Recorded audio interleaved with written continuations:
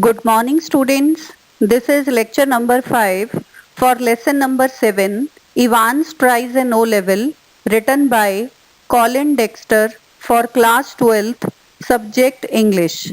Children, you have already attended 4 lectures of this chapter, and today, in lecture number 5, I shall cover this chapter from page number 86 to 89 only. And before proceeding further with the reading and explanation from page number 86, I want you to recapitulate lecture number 4 so that there will be a rhythm to learn what is written or described further by Colin Dexter about Evans Tries an O-Level. So, let's recapitulate what I taught you in lecture number 4. Children, in lecture number 4 we studied that Stephens was shocked to see McClary lying in a pool of blood. Right? Soon the news spread that Evans had injured the invigilator and had escaped from the jail by impersonating him. McClary, who was badly injured, was taken to the governor as he had some important information about Evans. McClary told the governor about the photocopy being placed, that was superimposed slip I taught you, right? There was a photocopy being placed on the question paper which shared the escape plan with Evans. The governor tried to decode the German language and found out that Evans would reach Newbury after his jailbreak. Soon Superintendent Carter was called and McClary was sent with him to catch Evans. Both Jackson and Stephens were scolded for being unaware about Evans having a false beard and a churchman's belonging in his cell. He then ordered both of them to go to St. Aldate's police station and meet Chief Inspector Bell. Meanwhile, Carter called him up to inform that they had missed Evans while chasing him and that McClary was sent to Redcliffe Hospital. The governor called up the hospital in order to inquire about the injured McClary. But he came to know that they had sent an ambulance to the examination board at Newbury, but the churchman had already disappeared from there. So, the governor got to know McClary, who was very feeble, even unable to walk, right, was disappeared from there where he was dropped by Carter, right. Now, governor got very much fishy. He got very much worried about injured McClary also because McClary did not reach Redcliffe Hospital and he also got disappeared. Now children, let's begin the lecture number 5 from page number 86. You see, I am reading on page number 86 now, in which we shall read about McClary was found tied up in his study by the police people, right? Now I am reading from your textbook. But the governor was no longer listening, and the truth seemed to hit him with an almost physical impact somewhere in the back of his neck. A quarter of an hour later, they found the Reverend S. McClary securely bound and gagged in his study in Broad Street. He had been there, he said, since 8:15 a.m. when two men had called and enquiries in Newbury throughout the afternoon produced nothing at all, and by tea time everyone in the prison knew what had happened. It had not been Evans impersonating McClary, but who had walked out. It had been Evans impersonating McClary, who had stayed in. Now the mystery broke, right, and everybody got to know what had actually happened. I tell you what we have studied in these lines. When the governor heard about the disappearance of the parson from Newbury, where he was dropped by Carter, right, he did not hear anything more from other side. He had understood the whole truth and he was feeling a bit uneasy in his neck. After a gap of 15 minutes, they found the real respected McClary, who was found tied up by two men in his study at Broad Street since 8:15 am. Children, if you remember that we studied, McClary left Broad Street, his bachelor's quarter, in time to reach the prison for the conduct of the examination. But the real McClary from St. Mary Mag's, who left from Broad Street, did not reach the prison, but it was someone else who came as McClary to the prison for conducting the examination. Right? The search in Newbury resulted into nothing. It was clear that the man who was taken to the prison door by Stephens was not Evans, who had pretended to be McClary, but Evans was the one who stayed inside the cell and pretended to be McClary, who was in a pool of blood. Here, the governor was able to break the mystery, and accordingly he got to know that it was not the mistake of Stephens. Stephens dropped the right person out from the cell. The person who came to conduct the examination in the disguise of McClary, he was actually not McClary, but he pretended to be the parson of St. Mary Mag's, right? Because all the proofs he had snatched from the real McClary, who was found tied up somewhere, right, in his study at Broad Street, and that McClary who came to invigilate the examination was a fake person, and Stephens dropped that very person to the gate. Though by the time they had been thinking, Stephens was foolish enough to drop Evans, who impersonated McClary, right, to the prison gate. But now the mystery was opened. He got to know that Stephens dropped McClary only, who came as McClary to conduct the examination, was dropped to the prison gate by Stephens, and to whom they thought was McClary, right, inside the cell, who was found injured badly, was actually Evans.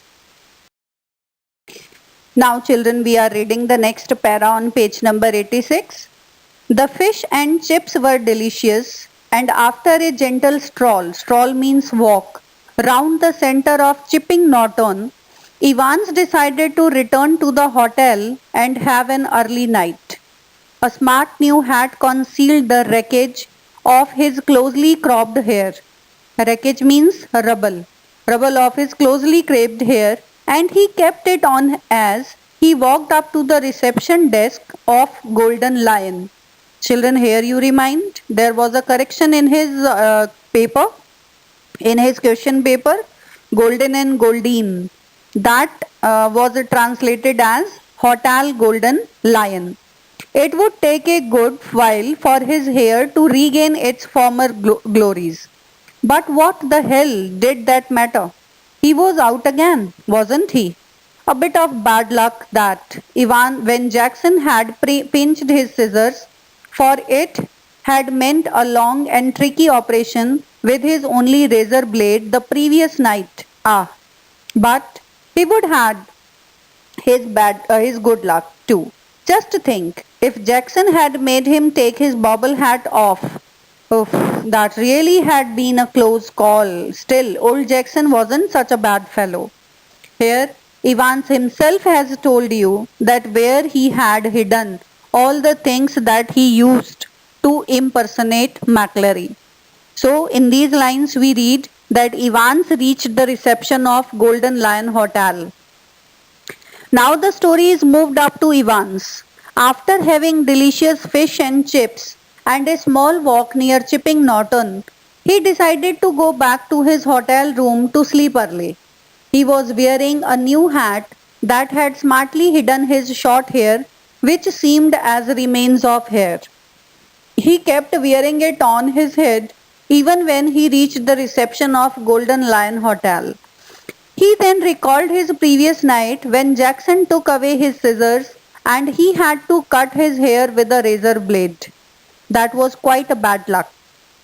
But then he thought about his good luck when Jackson asked him to remove his hat and how he managed to stop him from doing so. He then concluded that old Jackson was not that much bad, right? As he allowed him to wear that hat, and the hat had really helped him a lot. Now we are reading the last lines on page number 86. One of the worst thing, funny really, had been the beard. He had always been allergic to sticking plaster, and even now his chin was irritatingly sore and red. The receptionist wasn't the same girl who had booked him in, but the change was definitely for the better.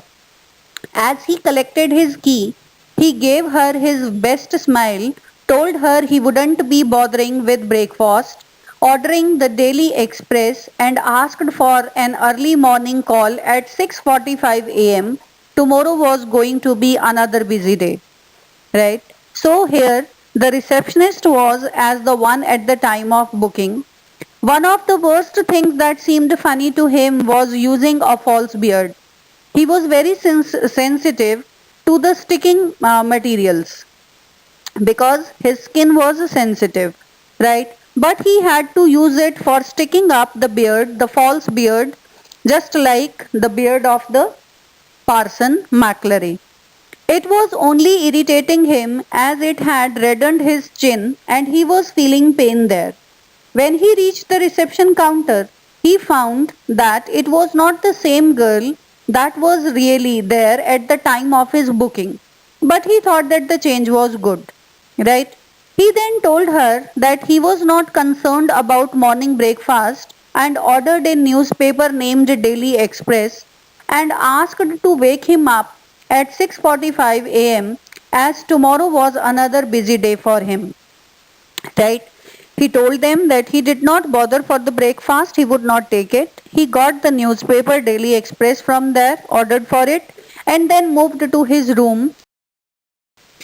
Children, now we are on page number 87, the second stanza. He whistled softly to himself as he walked up the broad stairs. He had sort of liked the idea of being dressed up as a minister, dog collar, and everything. Yes, it had been a jolly good idea for McClary to wear two black fronts, two collars, but that top collar, oh, it had kept on slipping off the back stud. And there had been that one panicky moment when McClary had only just got his hand up to his neck in time to stop the collars springing apart before Stephens. Ah, they had got that little problem worked out all right, though.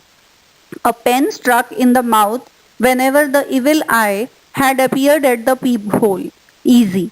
But all that fiddling means wasting time, about under the blanket with the black front and the stud means button, at the back of the collar. That had been far more difficult than they had ever bargained for. Everything else had gone beautifully smoothly, though. In the car, he had found everything they had promised him: soap and water, clothes, the map. Yes, the map, of course. The Ordnance Survey, map of Oxfordshire. He had got some good friends, some very clever friends. Christ, ah. So what we have studied in this stanza, that Evans thought of the moment during the examination, right? He was climbing up the broad stairs there at Hotel Golden Lion in order to reach his room while whistling. Evans was once again lost in his thoughts. He liked being dressed up like a minister, the dog collar and other things. He thought it to be a good idea that McClary was wearing two collars, two fronts. Here you have got to know that from where he could manage the two collars of the parson, because the fellow who came was not real McClary, as I already told you. That was a fake McClary, and the real McClary was tied up in Broad Street in his study.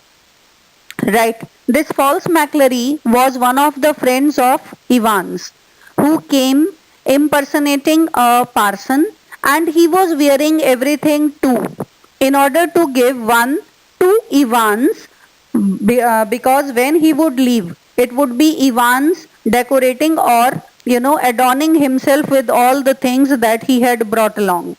So there were two fronts, two dog collars, but the top collar was slipping off again and again. Now he was recalling the moment when he was taking examination and how he dressed him up as a parson there.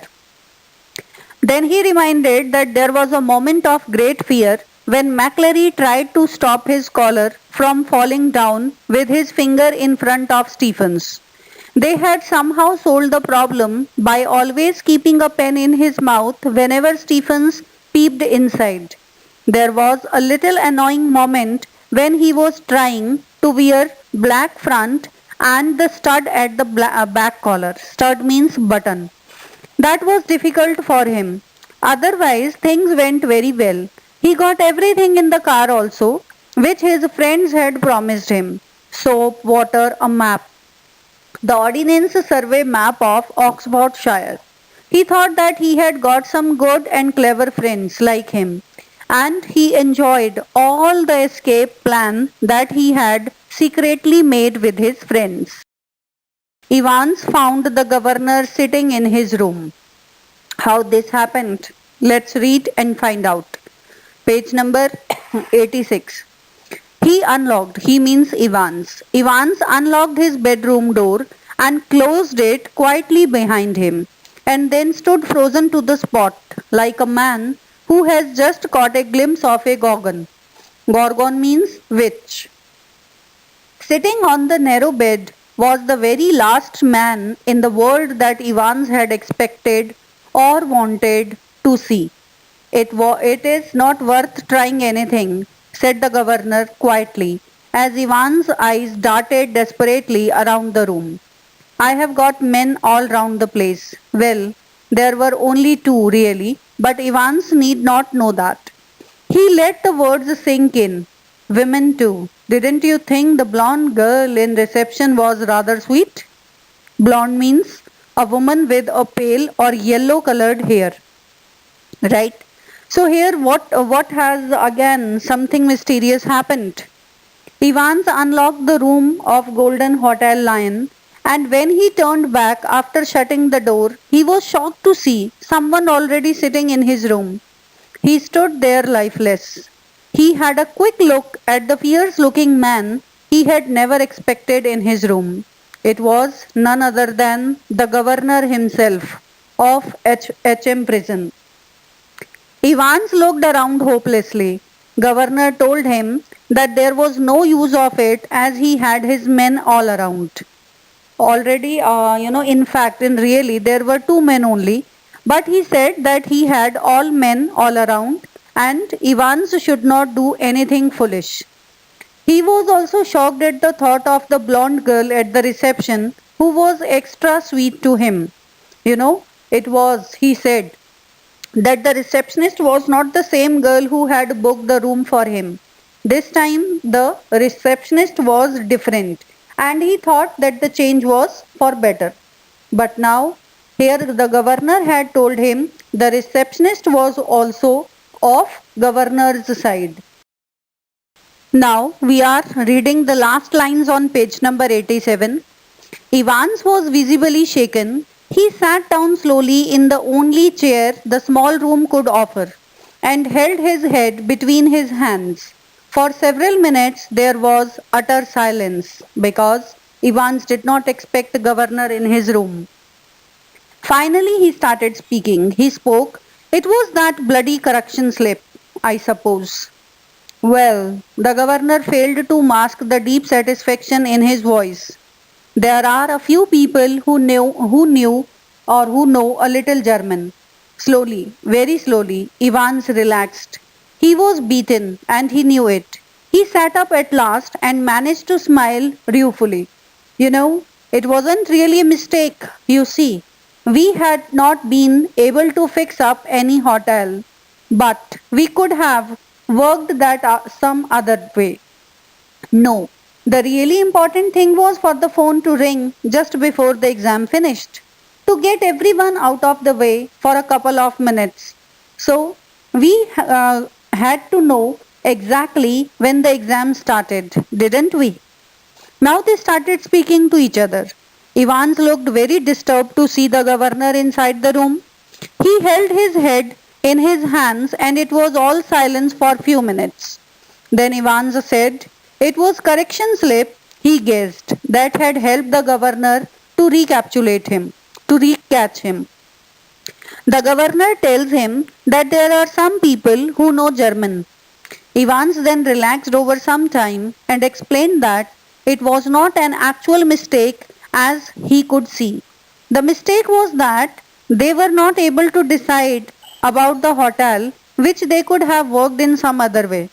He asserted that it was necessary for them to know the exact time at which the paper started so that they could make a call exactly before the end of the exam in order to get a clear way for McClary. Right now, during their talks, we are, unwrapping the mysteries one by one. Now we will get to know about the index 313 and center number 271. If you noticed, I guess in lecture number 1, I taught you that McClary, who came to invigilate the examination, asked Evans to write his index number 313 and his center number 271. Now we shall read about the mystery of these two numbers on page number 89. And like a fool, I presented you with that little piece of information on a plate. Well, somebody did. So you see, sir, that correction slip killed two little birds with a single stone, didn't it? The name of the hotel for me and the exact time the exam started for. The governor nodded. Nodded means he moved, shook his head in agreement. It's a pretty common word. Good job, it's pretty common, sir. Or, I had never have known where to come to, would I? Nice name, though, Zum Golden in Lawn. How did you know which golden lion it was? There is hundreds of them. Same as you, Evans. Index number 313, center number 271. Remember? 6 figures. And if you take an ordnance survey map of Oxfordshire, you find that the 6-figure reference 313/271 lands you bang in the middle of Chipping Norton, where you are. So here the mystery breaks, right? For the correct hotel, that is Golden Lion, because there are hundreds of hotels. Then Evans asked, "How did you get to know that I got my room booked here in this hotel Golden Lion?" So, what we studied here, the governor admitted that he had provided the information to him foolishly, right? Evans said that the correction slip gave him both the hotel name and the time of examination. It was like killing two birds with one stone. Governor agreed to it. Evans then queried, how did he come to know that he was staying in which Golden Lion hotel, as there were hundreds of them? Governor said the index number 313 and center number 271 were the 6 figures reference to the survey map for Oxfordshire, which brought us in the middle of Chipping Norton, where he could catch him again, and his idea was appropriate that he found him there. Now children, all the mysteries are revealing one by one, and we are getting to know about the facts how Evans managed his escape and how was he successful in managing his escape. Now, still the governor had a doubt about the blood. Let's proceed further with the reading of the text on page number 89, where the governor would ask Evans about the blood he managed to pour over his head. Yeah, you are right. We had opened, you had run off to Newbury. We did. Well, that's something, I suppose. The question paper, Evans, could you really understand all that German? I could hardly. No, of course I couldn't. I knew roughly what it was all about, but we just opened it, it would throw a few spanners in the works, sort of muddle everybody a bit. The governor stood up.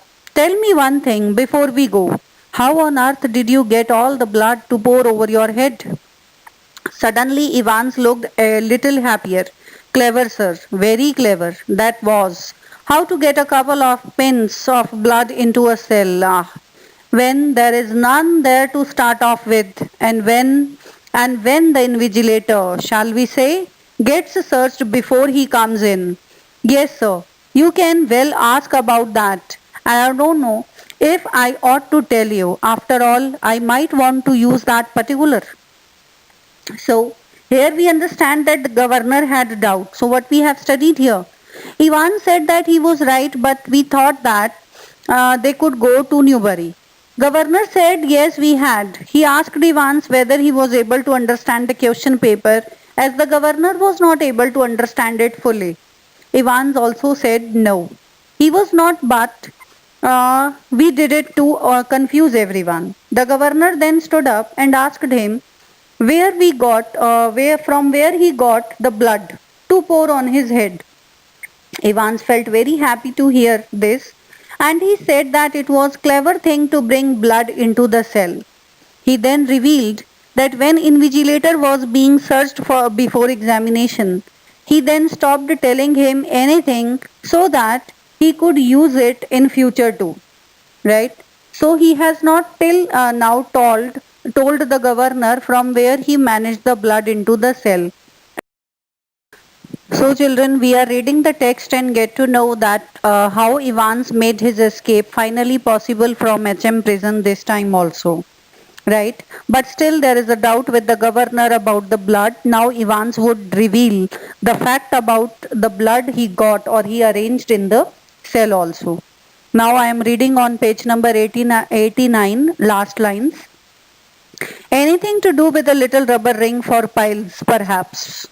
Here he has given him the answer of his query. He said, you remember the rubber ring, semi-inflated rubber ring that was brought by McClary in his brown suitcase, and when he said he had piles and he could not, sit for a long time without the help of this rubber ring. That rubber ring contained blood. Evans grinned feebly. Grinned means laughed foolishly. Clever, though, wasn't it? Must have been tricky job sticking a couple of pins. Nah, you have got it wrong, sir. No problem about that. No, nah. It's clotting. You see, that is the big trouble. We got the blood easy enough, pig's blood. It was from the slaughter's house. Slaughter is a person who kills animals for food consumption, right? Slaughter is a person who kills animals for food consumption. So he said, we arranged pig's blood from the slaughter's house in Kidlington. But to stop it clotting, you have got to mix your actual blood. Evans took a breath. With 1/10 of its own volume of 3.8% trisodium citrate. Didn't you know that? Did you, sir? So here very cleverly Evans explained how he arranged the blood that appeared real even to the police. So I tell you, the governor guessed it to be a rubber ring for piles. He guessed it, but he was not sure. Then Evans smiled weakly and he said it was a clever thing. Governor pointed out it to be a tough thing which Evans felt it not to be so tough. Governor queried, wasn't it? Ivan said that the main problem was to prevent it from hardening. He tells that they got pig's blood from a slaughter's house from a meat shop in Kidlington and said that one has to mix his own blood to stop it from hardening. Evans took a break and said that he mixed 3.8% of trisodium citrate to prevent it from clotting. Governor shook his head, though he did not want to praise him. He said that they learn new things every day. He then took Evans with him and walked down the stairs. Right? The governor shook his head in a token of reluctant admiration. We learn something new every day. They tell me, come on, my lad. Lad means my boy. So, in such a way, the governor got to know how Evans arranged for blood in the cell. So, children, the homework of the day is as usual. You are supposed to read the complete chapter Evans Tries an O-Level from page 86 to 89 thoroughly.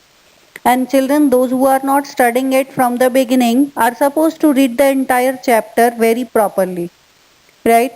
Because you will be interrogated for several additional questions from this chapter. So unless you read the chapter thoroughly, unless you understand it thoroughly, you won't be able to answer those additional questions. So it's better to score marks. Read the chapter as it is very interesting as well. One by one, the mystery is broken by the governor of HM prison, and with their conversation, we got to know many facts in which we got to know how Evans managed his escape again from HM prison. Right? Evans was a very clever prisoner who managed his escape very cleverly, but governor also caught him again in the room of Hotel Golden Lion. Now he is caught again by the governor. We shall read in our next lecture, in which I will tell you who finally wins, whether it is Evans or the governor. So we will conclude the battle between the governor and the prisoner named Evans in the last lecture.